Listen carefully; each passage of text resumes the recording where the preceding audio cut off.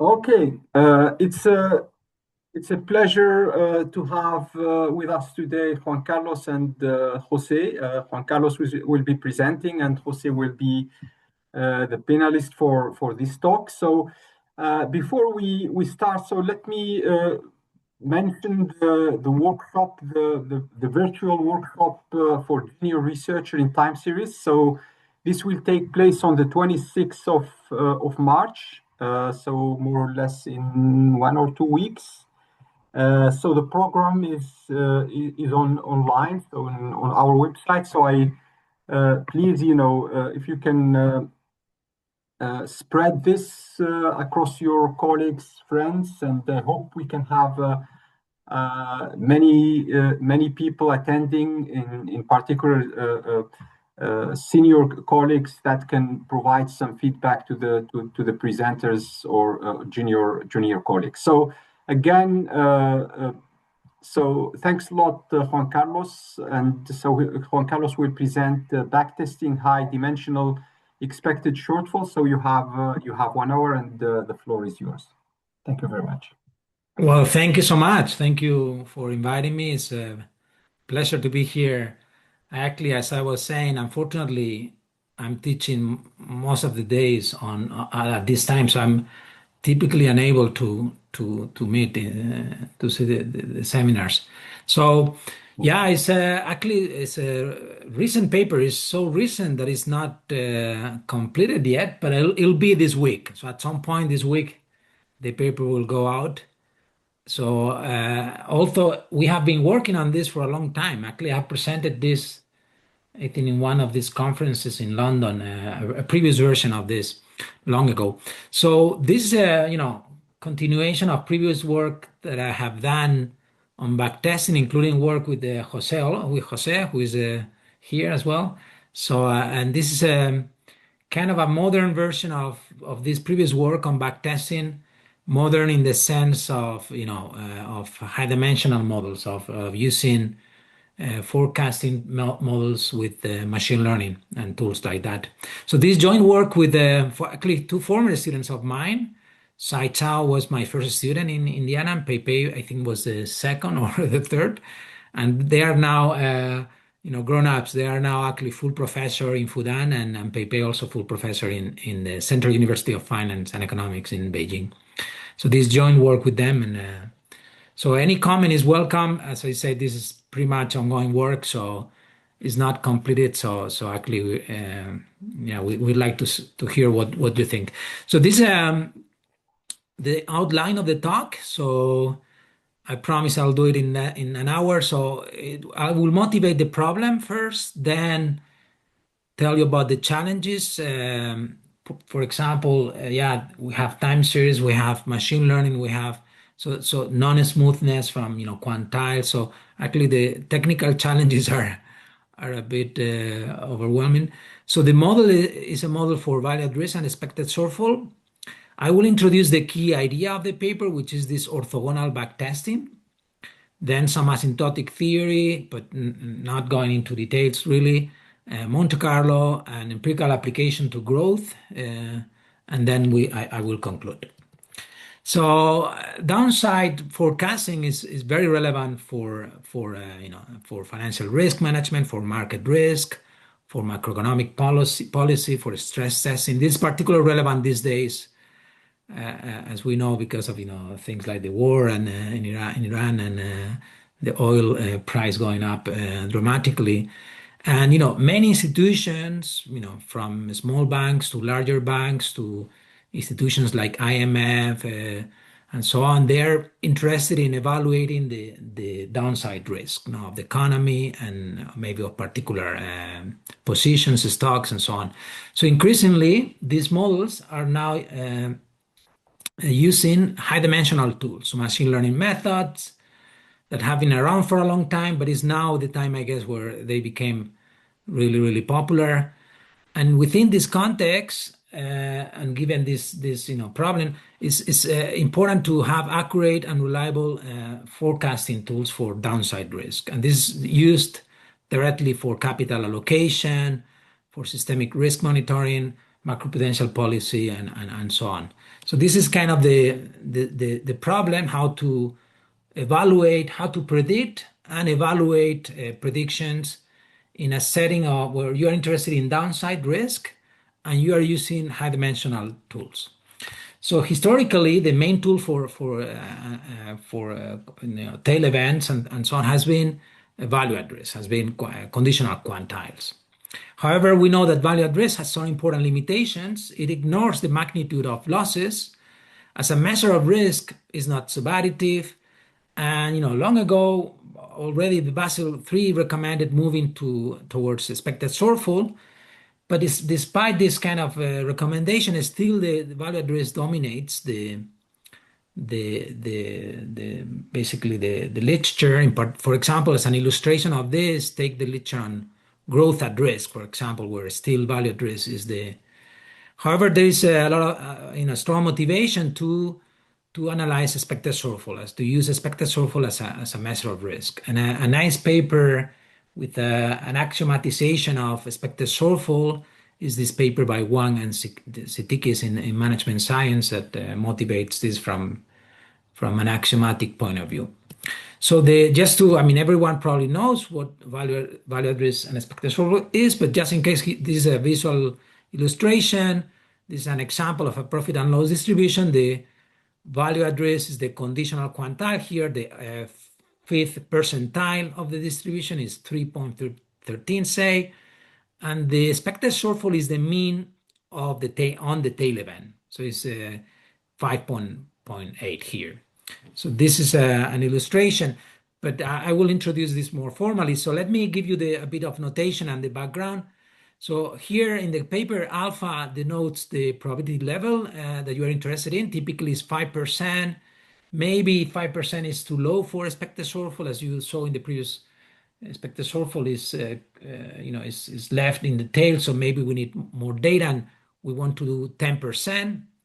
So these are typical choices. So we are going to work under strictly stationarity.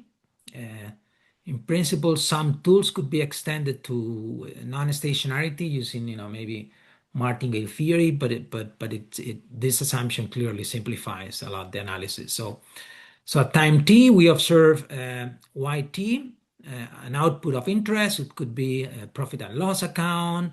It could be growth. And we observe xt, that is potentially a very high dimensional vector of covariates known at time t. So we allow, but also pt, the dimension could be also small, no? But we allow for pt to be large, in particular larger than the sample size. And we are interested in doing inference on the tail distribution of yt plus 1 given xt. So the distribution is denoted by f. So the value at risk is the alpha conditional quantile. Under continuity, it satisfies this moment restriction. So value at risk only tells us the threshold if a tail event does not occur. So the most we can lose if a tail event does not occur. But if it occurs, we actually doesn't give you information about where the event happens, or where in the tail. So it gives no information about the magnitude of tail losses, no? So that motivates expected shortfall, that is the expectation over the tail event. So it's the expectation of yt plus 1 given xt and the fact that the output is in the tail. So it measures the average loss and it provides a more informative measure of extreme risk. So we're going to focus on this measure. In principle, the main tools of the paper could be extended to other measures if you're interested in other measures, but given the importance of the expected shortfall, we will focus on this. So what are the main challenges for backtesting expected shortfall? Backtesting is evaluating the model out of sample. So the main challenges, or some of the main challenges, are that risk forecasts are estimated from data. So there is estimation risk, and you need to account for estimation risk because this is important. This has been already shown even in parametric settings, like papers, for example, with Jose and other papers have shown that this estimation risk is important in practice, but particularly so when machine learning is used. This is actually a case where this estimation risk becomes first order. So if you don't account for this estimation risk, this will invalidate inference, it will bias the out of sample risk, and will probably lead to suboptimal choices of forecast. So this is even more relevant for expected shortfall because it's multi-step. So it requires estimates of the value at risk first, could be also high dimensional, those ones. And then on top of that, you have another estimation, the estimation of the expected shortfall parameter. So this kind of multi-step, and the fact that the expected shortfall is not elicitable. So you need this multi-step approach that makes the estimation risk particularly relevant for expected shortfall. So this may be, the main challenge. And, I don't need to motivate why high dimensional forecasting. This is becoming kind of the rule these days. And, there are many methods that, more than the ones that I cite here, but yeah, some of the most popular ones are lasso, ridge, factor models, random forest, neural networks. All of them have been applied in the context of quantile value at risk.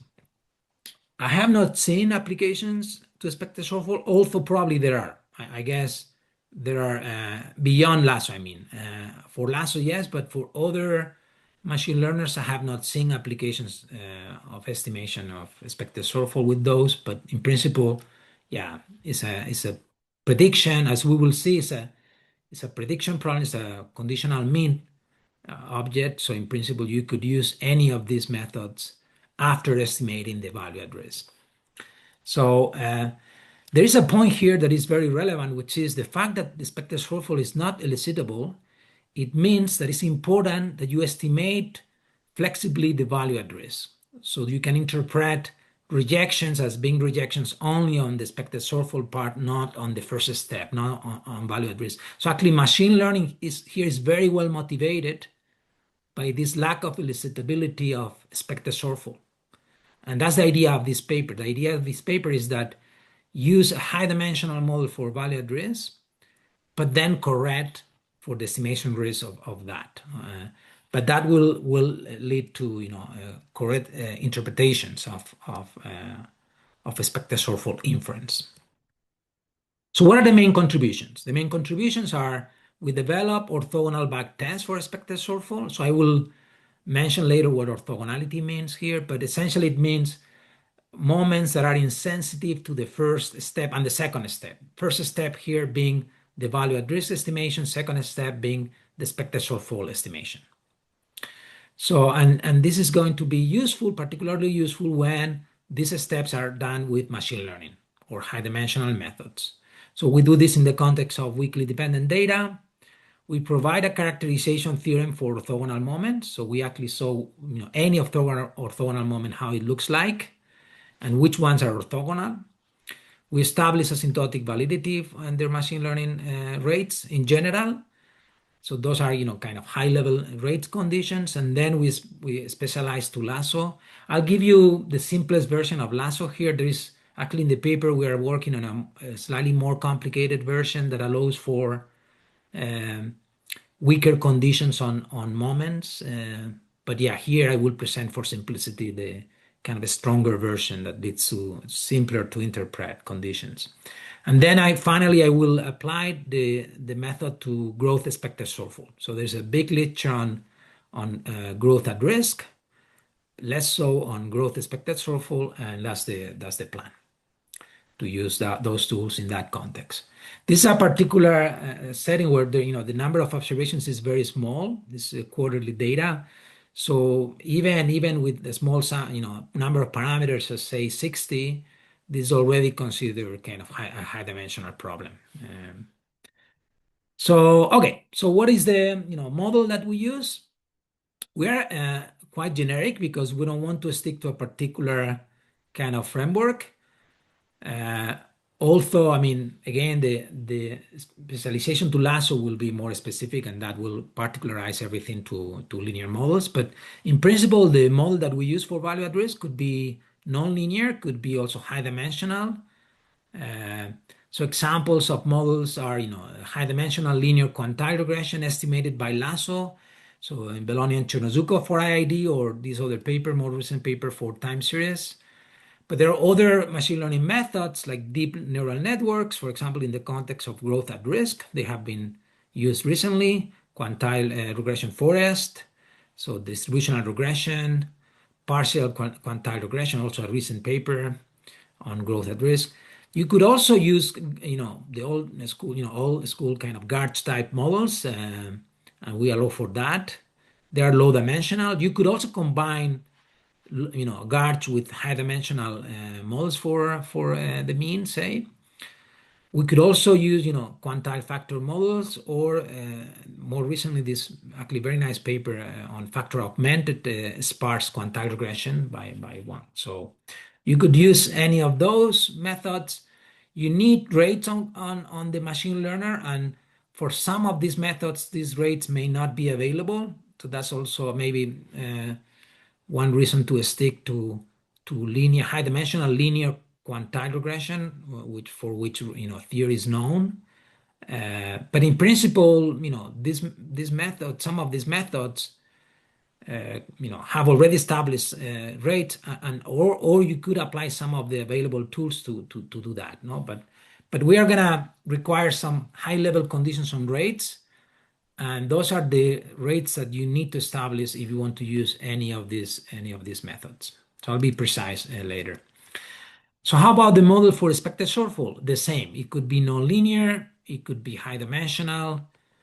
Also, it cannot be too high dimensional. I will be precise later. There's an important assumption ruling out, say, completely non-parametric, which makes sense. There's no point of testing a completely non-parametric model, right? So you need some assumptions in order to have some power. The leading example could be in high dimensions, could be this linear expected shortfall, which has been recently studied. This is all very recent in a paper by Zhang and others.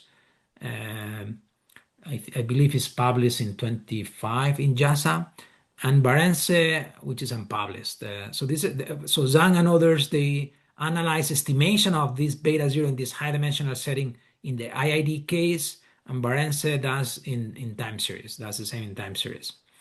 There's actually an old paper of mine that is that actually I read recently. It's actually, I have to say, it's a very nice paper, and it's by Sylvia and myself. And what we did in this paper is to show basically that many of the available models used in dynamic time series give rise to a linear expected shortfall model where it's a linear, but where the xt depends on parameters itself. So you can actually build a very general class of expected shortfall models in that way. And we saw that in the paper, and we provide estimators, but this was done in a low dimensional setting. So there's also a nice paper by Payton and others on a joint model for expected shortfall and value at risk, a dynamic model. There's more recent paper on high dimensional expected shortfall using reproducing kernel Hilbert spaces. There's a paper in JASA. So why backtesting expected shortfall is hard? As I mentioned earlier, expected shortfall is not elicitable. It means that it's going to be affected. So inference on expected shortfall is going to be affected by the first step estimation, by the value at risk estimation. There's actually like two effects you may think of. Actually, I'll be precise later, but the first step effect enters in two ways: directly, let's say, and indirectly through beta. So both steps could be highly regularized. So if you are dealing with a high dimensional model, you want to regularize both problems. So that means the regularization bias will accumulate, and that will lead to a bias inference on backtesting. So unless you control for this bias, so inference will be invalid, and it will be invalid by large. So the main question of this paper is, can we build expected shortfall backtests that are insensitive to this first order machine learning bias from regularization of the value at risk and the expected shortfall? And I'll show you how we can construct this moment. So the value at risk and the expected shortfall are identified through two conditional moment restrictions that are given here. So these are the basic kind of conditional moment restrictions that identify these quantities. So any moment, any orthogonal moment will be a combination of these conditional moments with instruments lambda 1 and lambda 2. And we're going to see that for this moment to be orthogonal, these instruments must satisfy certain conditions. And let's first define what orthogonality means, just to be on the same page. So orthogonality means that the derivative of this moment with respect to theta here is both gamma and beta. At theta 0, at the true values, this derivative is 0. So the first derivative is 0. There is less sensitivity to the first and second steps. And otherwise, the moment evaluated at the estimator will be biased, will be far away from 0. So this first theorem characterizes an orthogonal moment. So any orthogonal moment for this problem, for backtesting expected shortfall, is a combination of these two moments such that lambda 1 and lambda 2 satisfy these two conditions. So the first condition is relevant for lack of sensitivity to the first step, to the value at risk.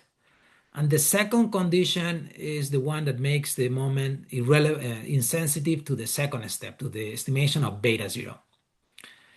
So the first condition removes the direct effect. Why did I say that it doesn't remove completely the first step effect? Because as I told you before, the estimation of gamma affects beta. So there is also an indirect effect from the first step. So basically, if the second moment doesn't hold, if the second in the orthogonality conditions, if the second condition doesn't hold, even if you estimate a low dimensional beta, but a high dimensional gamma, there will be a large bias coming from the first step because of this kind of indirect effect. So the fact that the second derivative the derivative with respect to the second step is 0, you can think of by a functional chain rule, the first step indirect effect also will be 0. So that effect kills, in fact, two kind of effects. So these are the two conditions that characterize an orthogonal moment. So using the first, actually from the first, you can substitute, lambda 1 by that expression, substitute in the moment and take common factor. And when you do that, you can write the orthogonal moment in terms of this pseudo outcome, y star, that depends on quantiles alone and also the forecasted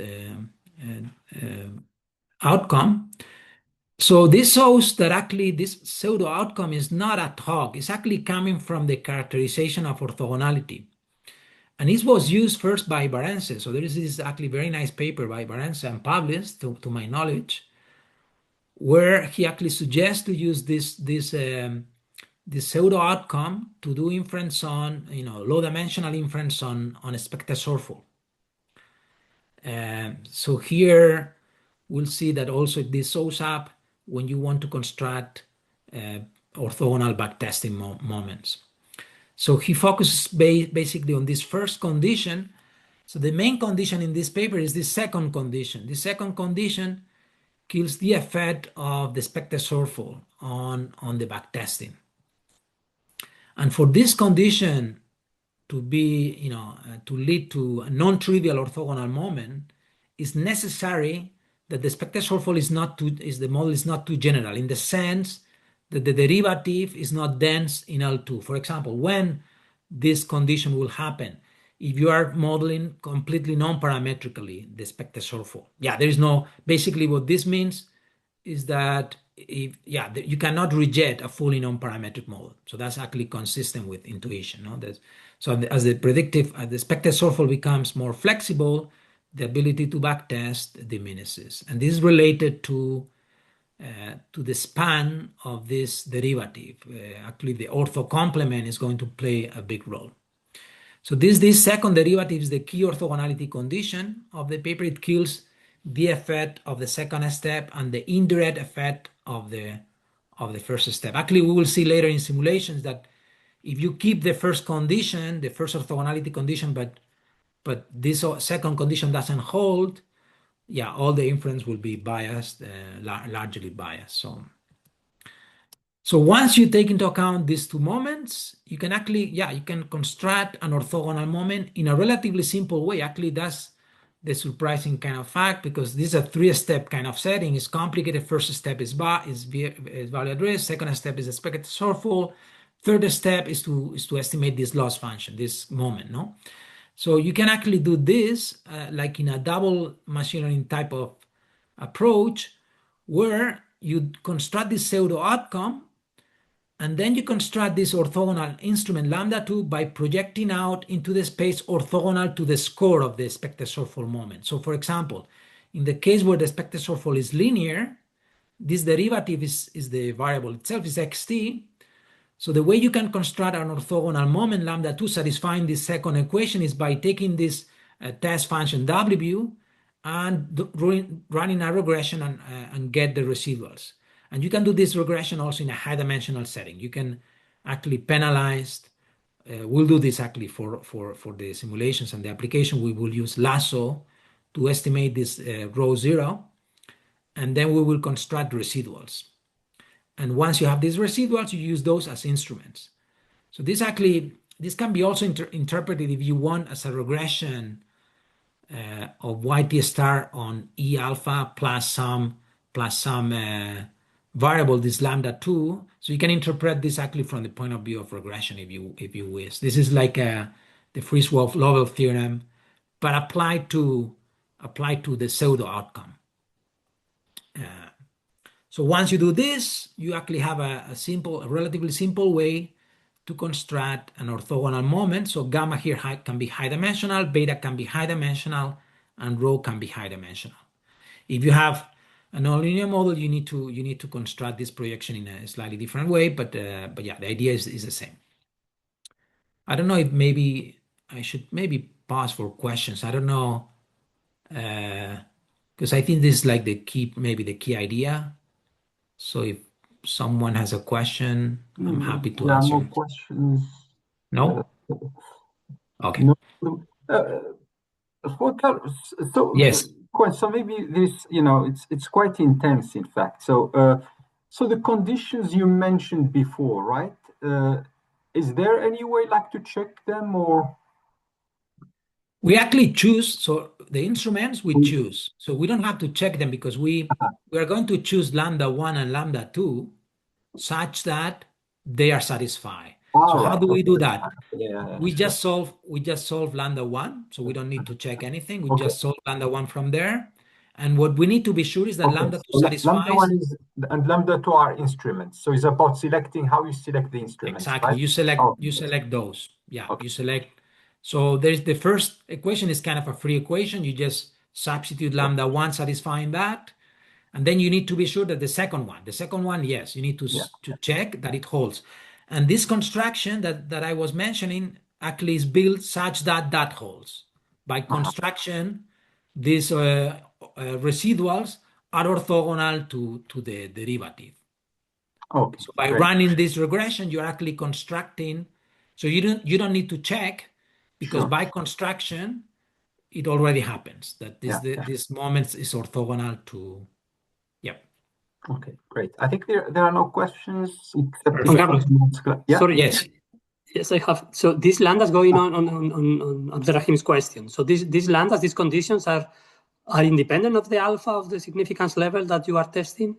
No, all of them. I didn't put that in the notation, but yes, all of them depends on alpha. Yeah, all of them.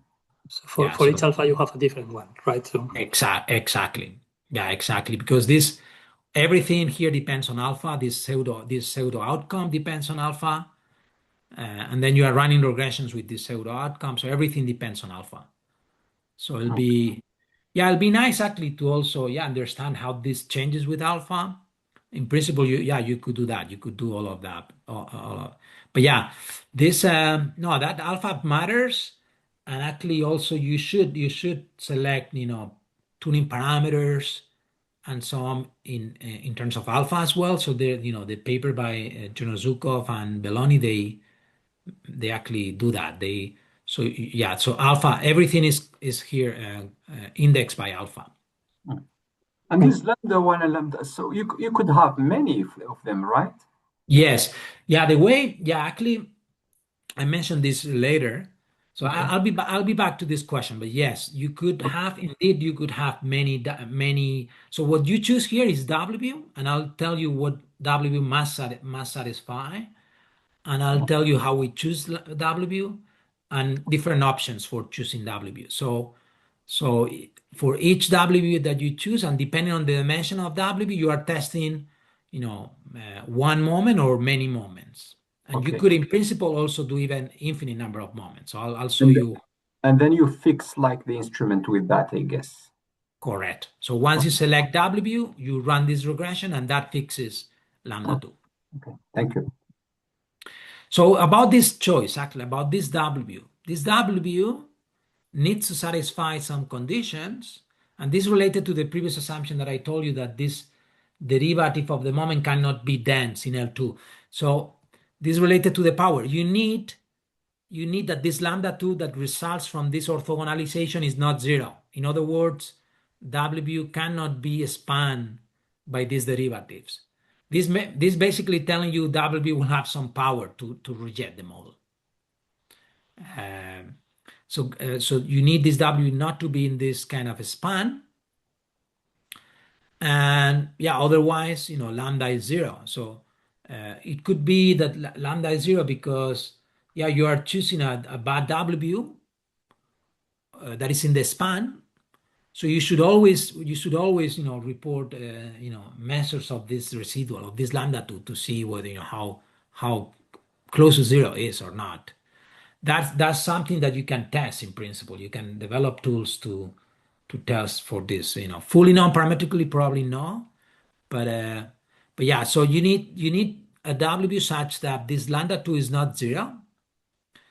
You could also, in principle, use an infinite number of W's to kind of construct omnibus tests or powerful tests. You could do, for example, this Gaussian process approach that I use in this paper in 24. But that will come with a cost of doing bootstrap. You need to do, if you consider an infinite number of W's to guarantee power, for example, then you will need to do bootstrap, and that could be intensive, but that's one option. What we do in the application is very simple, and the simulations. We feed the model, the expected shortfall model, and we select as W the square of the fitted values. And that seems to work very well. Again, you need to look for nonlinear transformations because in the linear case, right, when the model is linear, this condition of not being in the span means WXT cannot be in the linear span of XT, so it has to be a nonlinear transformation of XT. So the natural, maybe nonlinear transformation to look first is the square. Or you can also use splines. You can use square, cubic. So this is something that depends on how general you want to be. If you choose a finite number of W's, you will have a chi-square distribution, no need to do bootstrap. If you select an infinite number of W's, you will need to do bootstrap. So that's kind of the trade-off here. So you do all of this in an out-of-sample setting. So as usual, you have the in-sample size R, the training sample size R for estimation, and the out-of-sample size P for out-of-sample for doing the evaluation. And as usual, you can do fixed scheme, rolling scheme, recursive scheme. So in principle, we allow for all these three schemes in the theory. So that's the kind of standard setting for doing out-of-sample forecast evaluation. The steps, as I mentioned, you first estimate the value at risk, possibly with a high-dimensional model. Then you get these pseudo outcome fitted values. So you plug in the value at risk in this formula, and then you construct this score, this out-of-sample score process by computing the sample expectation, the sample mean out of sample between the residuals from the expected shortfall and this orthogonal instrument, lambda 2, that, I'll show you actually an example how it could be all of this estimated. So in the linear case, this is, the fitted values from expected shortfall. This is how the orthogonal instrument looks like. And once you have this score, one nice thing about doing orthogonal moments is the asymptotic theory, as I will show you later. It behaves asymptotically first order as if you knew the true parameters, as if you have, gamma 0, beta 0, and rho 0. So there is no need to change standard errors because of the estimation of this first step and second steps and the instruments. So that's one. So then you do inference as usual with a hack estimator as usual. So depending on the dimension of W, the limiting distribution of this kind of score type test will be a chi-square with the number of degrees of freedom equals the dimension of W. So in the simulations and the application, we choose one. We choose and yeah, we so far we have not investigated actually so much power, but I guess it might be useful to choose several W's for power. So that's something we need to do. We haven't done yet. So as I told you, once you have this estimated score process, you just the key kind of condition to prove in the asymptotics is the asymptotic equivalence between this estimated score process and the oracle one with true parameter values, with theta 0, which is beta 0 and gamma 0, and rho 0. And once you establish this kind of a condition, everything follows from the standard central limit theorem for weakly dependent data and so on. So those are the steps. I'm not going to go to the assumptions. These are very, very standard assumptions. We use beta mixing. You could, in principle, also use alpha mixing for this. But yeah, we choose beta mixing just to be able to use, existing results. And also, there are two routes, and we're actually deciding which one to go. So for proving this, in particular in the context of linear models, we could go either asking for strong assumptions on moments, sub-Weibull distributions, this paper by Juan and others in the Annals of Statistics. That's one route. That could lead to very simple conditions on rates. Or another route is to relax the moment, having all moments, basically relax to only few moments. But then we need more complicated conditions on rates using this concentration inequalities from Barentse. So yeah, so basically here I'm going to present you the simple setting. So once let me give you intuition what's going on. What's the difference? What is the key difference between using orthogonal moments versus not using orthogonal moments? So if you don't use orthogonal moments, if you don't construct these orthogonal instruments, for example, what you can prove is that the difference between the estimated process and the oracle process behaves as a kind of proportional to the rates. These are kind of standard L1 rates of the first step gamma, the second step beta, and this rho in the instrument. So the way these rates enter is in this way, it's linearly. Whereas if you use orthogonal moments, this linear term disappears, and then you have everything enters in a quadratic term. So that's the benefit. The fact that root p here, p is the out of sample size, times these rates typically without the squares, the fact that this thing diverges will lead to this large bias and invalid inference. Whereas it's not maybe too much to ask that when you have squares, these conditions will go, these rates will go to 0. So this is the kind of the intuition. So this debiasing or these orthogonal moments improve upon the kind of leading term in a bias expansion.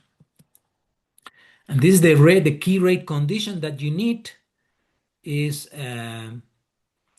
this condition here, that root p times this rate. So these rates, just to maybe give you a hint, an idea of what they look like.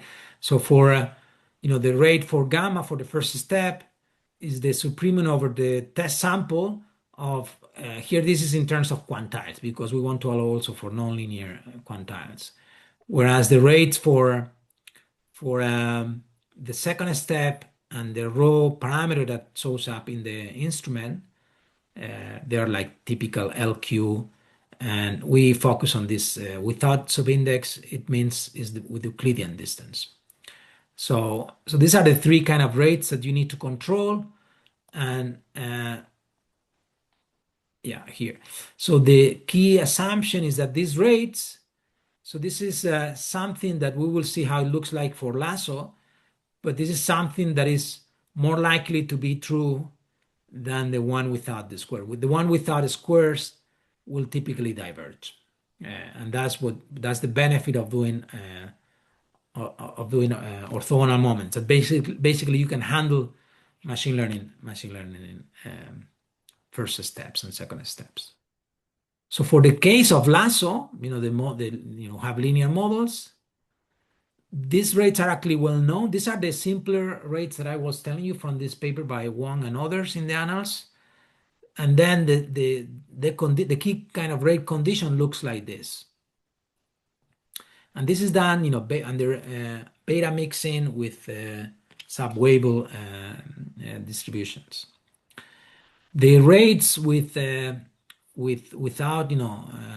many moments will be similar, but will be more complicated. It will depend on the dependence and also some blocking parameters.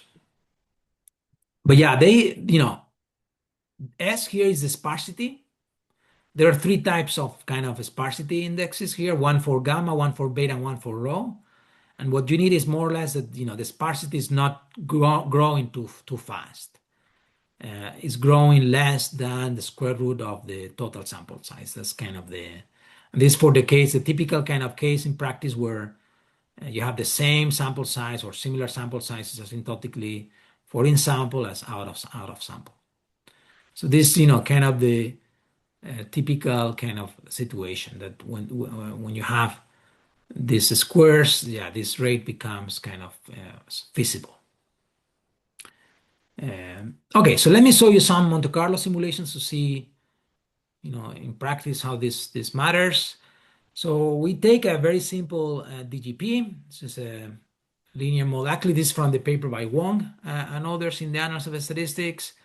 So here delta is sparse with a sparsity index square root of p. P is the number of parameters. We select P from 25 to 150, trying to follow more or less the application. I mean, the application is in this lower sample size case is about 200 and something sample size. So we go all the way to 5,000. We do a fixed forecasting scheme with the same number of in sample as out of sample, and we do 10% expected shortfall. We do both normal Gaussian and student t-distribution. These results are the same. Monte Carlo simulations 2000. And for estimating, this is a linear model, high-dimensional linear model for both expected shortfall and quantiles. So we use lasso high-dimensional quantile regression from a paper by Tang and others. I think it's in the Royal Society B, that paper. It's kind of a smooth version of the lasso quantile estimator of Chernozhukov and Belloni. And then for expected shortfall, we use lasso after estimating the pseudo outcome with lasso quantile regression. As a test function, we select, as I was telling you, we use the fitted values square. And then, there are many, we did a lot of simulations with many different estimators of the expected shortfall. There are actually several proposals in the literature. So I'm presenting here only one. I'm presenting results for this design, sample size 500, half for in sample, half for out of sample, fixed scheme Gaussian innovations. The results are the same for other cases. And here the results are, presented for a growing dimension, fixing sample size, but growing dimension. For plugin expected shortfall, here plugin backtesting means you take the backtesting moment, not orthogonal one. Lambda 2 is not orthogonal. You don't you just select lambda 2 equals W. Whereas orthogonal backtesting, you do this orthogonalization for the instrument. And you can see, the impact of the bias. When you increase the dimension, the bias of the machine learning bias becomes larger and larger, so inference will be invalid. Whereas the size for the orthogonal moment is under control. The nominal level is 5%. So for a larger kind of the model for p equals 150, we look at what happens when we increase the sample size. Again, similar setting as before. We see again plugin improves with the sample size, but still, even with 5,000 observations, still the size, there are some size distortions.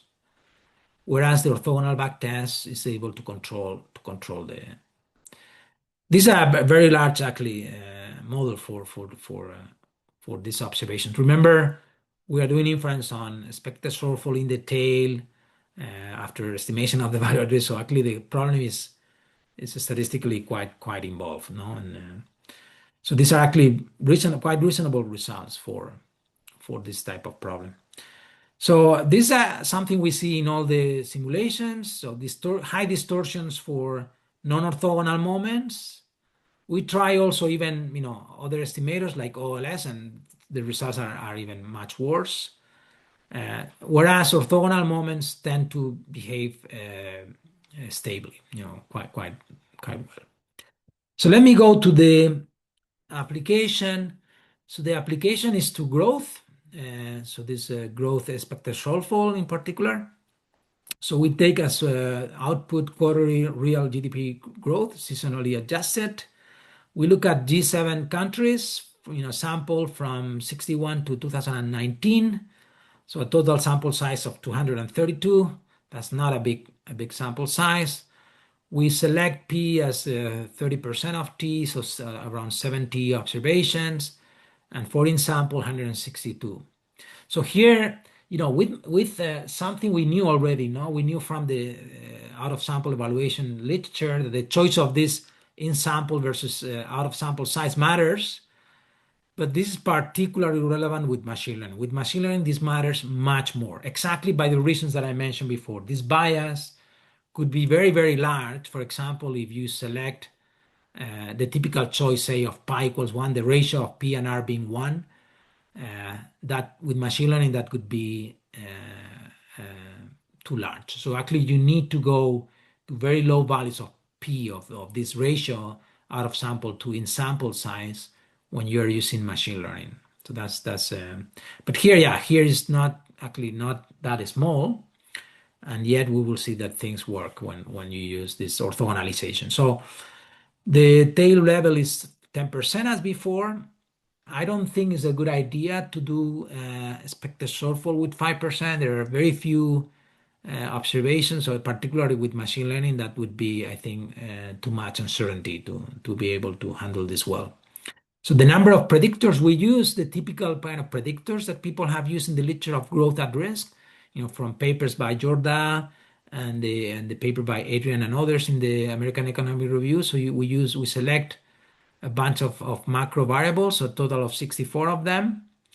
And then we do lasso quantile, high-dimensional quantile for value at risk, and adaptive lasso for high-dimensional lasso for growth expected shortfall. And as before, as a test function, we use the square of the fitted values from the expected shortfall fit. So these are plots of the GDP and the prediction, the expected shortfall predictions for different countries.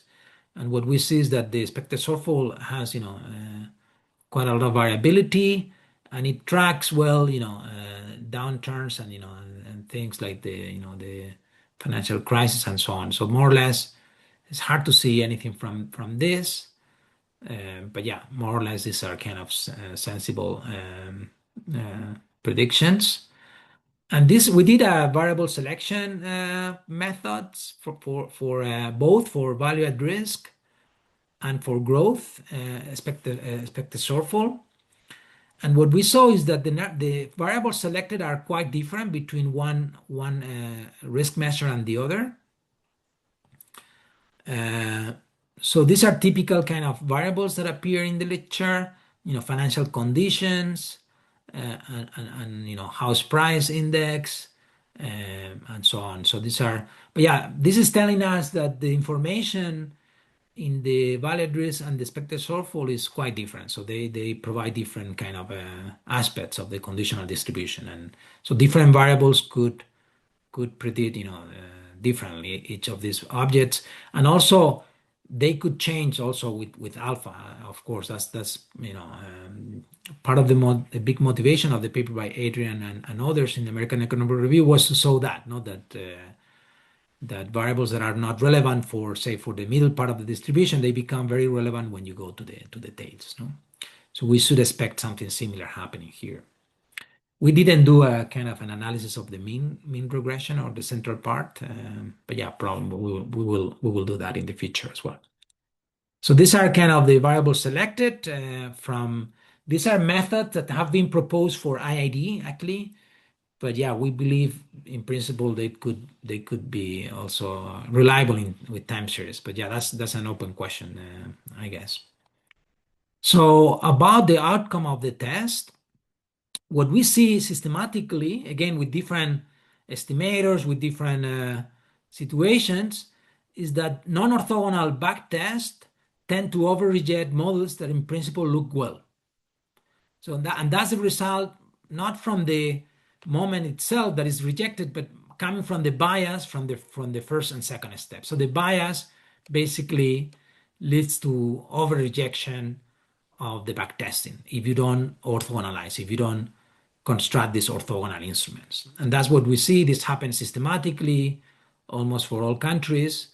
Whereas, orthogonal, when you do orthogonal moments, yeah, with these high dimensional models, they tend to say these are reasonable predictions. They are not bad. So that's kind of the main message, is that plugin is highly biased, and this bias leads to over-rejections of models that in principle produce reasonable predictions.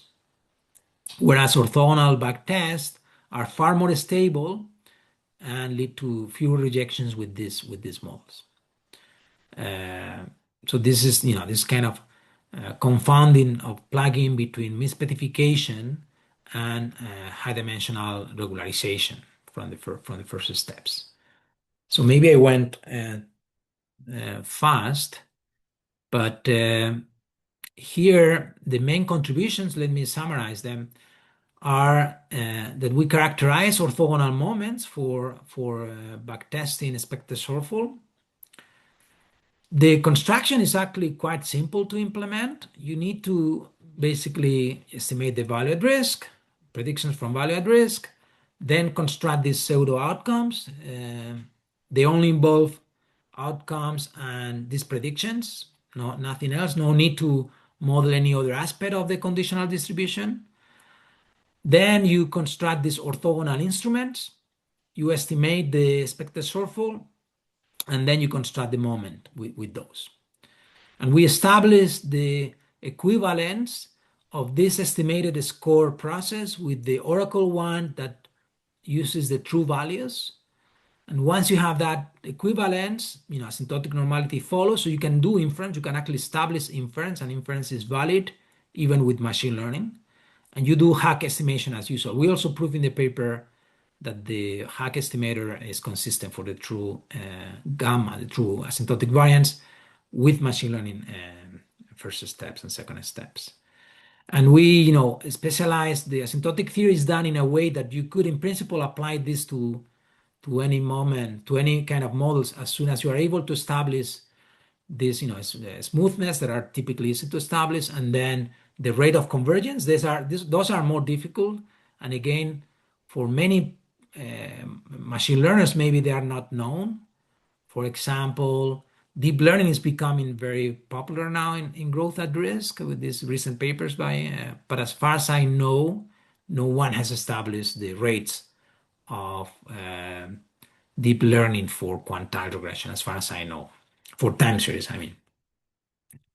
And in practice, we see that it matters a lot whether you do this orthogonalization. If you don't do orthogonalization, the bias will be very large and will invalidate inference on backtesting. If you do orthogonal moments, then things are far more stable. So that's kind of the main message, that expected shortfall backtesting requires orthogonalization. Expected shortfall is multi-step, so it requires this kind of 2 steps, and backtesting requires 3 steps. You need, first step, the value at risk, second step, the expected shortfall model, third step to construct these moments. So all these kind of estimators have an impact if you don't control for the bias, and you need to do this orthogonality to kill this bias, or at least to first order kill the bias. So that's also, I think I went fast, and I think I'm on time, no? So thank you very much, Juan Carlos. This is very, very interesting work. I'm really fascinating about, well, thank you. how this works. So good, how good it works. So it's really great stuff. So I'm gonna open the, maybe let Jose, if he has some comments or questions before we open. Okay. So audience. Yeah, thank you very much, Juan Carlos. This is a very, very interesting paper. So just for me to understand exactly what is going on, so you apply machine learning because you are going to get much better forecast of the value at risk and the expected shortfall.